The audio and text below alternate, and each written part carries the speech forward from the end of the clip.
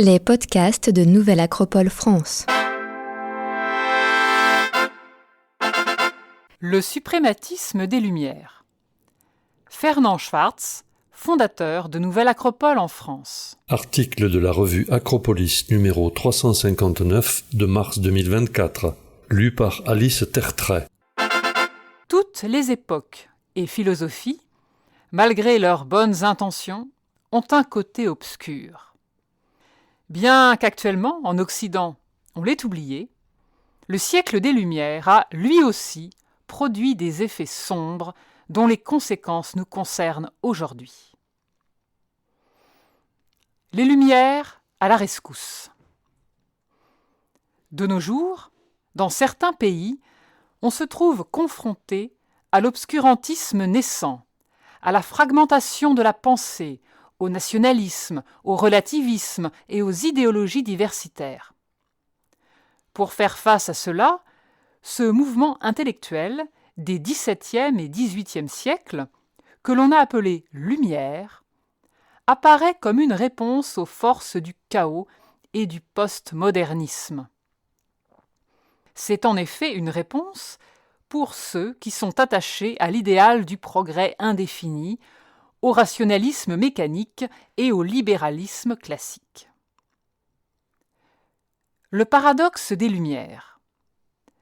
Mais ces nouveaux éclairés ne prennent pas en compte le cœur du paradoxe qui entoure la philosophie des Lumières. Ce paradoxe est celui d'une philosophie qui encourage l'humanisme, mais dont les idées de liberté humaine et de droits individuels, concepts auxquels nous ne pouvons manquer d'adhérer, ont pris racine dans des nations qui ont soumis d'autres êtres humains à l'esclavage et qui ont produit l'extermination de nombreuses populations indigènes. Liberté contre esclavage. Comme le note le journaliste historique Jamel Bouhi, la domination coloniale et l'expropriation fonctionnaient de concert avec la propagation de la liberté, et le libéralisme émergeait parallèlement à nos notions modernes de race et de racisme. Il souligne ainsi la contradiction fondamentale qui a surgi entre la propagation de la liberté et le maintien de l'esclavage. Nous devons comprendre ce que cela signifie pour notre compréhension du monde d'aujourd'hui. Le dénigrement, la ségrégation et l'esclavage ne sont pas nouveaux dans l'histoire de l'humanité. Mais ceux qui les ont pratiqués jadis n'aspiraient pas à promouvoir la liberté et les améliorations pour l'ensemble de la société, ou à défendre les droits de l'homme et l'égalité devant la loi pour tous. Civilisation et sauvagerie. La dichotomie entre civilisation et sauvagerie caractérise l'expansion occidentale hors d'Europe. Basée sur les idées des Lumières, elle se justifie en apportant la civilisation aux peuples ignorants et sauvages, c'est-à-dire à ceux qui n'étaient pas comme eux. Car l'Europe, héritière des Lumières, s'est centrée sur elle-même sans chercher à comprendre les peuples qu'elle rencontrait.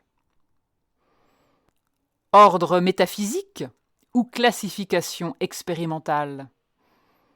La pensée scientifique des Lumières a créé une taxonomie, classification, raciale, et l'idéologie d'un code couleur blanc supérieur au noir, explique l'historien Ivan Hannaford.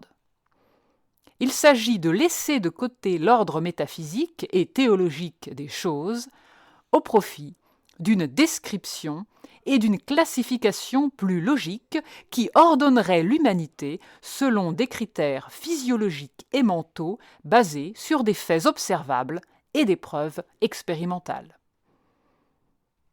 Locke, le père de la démocratie moderne. Le philosophe empiriste anglais John Locke, 1632-1704, a précédé le philosophe idéaliste Kant dans sa défense de l'esclavage. Et, dans le même temps, il faisait la promotion de la défense de la liberté politique et économique. Il est considéré comme le père de la démocratie moderne. Locke accorde aux propriétaires un pouvoir et une autorité absolue sur leurs esclaves. L'opposition de Locke à l'esclavage fait référence à son opposition à la domination politique d'un monarque absolu, comme celle des cours européennes, mais pas à la traite négrière.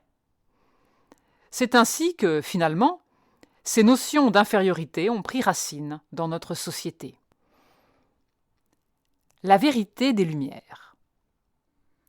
Cependant, certains défenseurs autoproclamés des idéaux des Lumières ont tenté de nier et de ridiculiser l'idée d'un lien entre les Lumières et nos conceptions modernes de la race et de la hiérarchie raciale, comme si la recherche sur le sujet n'existait pas. Ce n'est pas seulement regrettable, c'est ironique. C'est une trahison des principes supérieurs des Lumières et de leur glorification des faits, de l'observation, de la raison et de la délibération. Et c'est aussi dangereux. Comme le souligne Jamel Bouhi, affronter le paradoxe des Lumières, c'est prendre au sérieux ses propres valeurs. Le rejeter, c'est préférer la géographie à la vérité.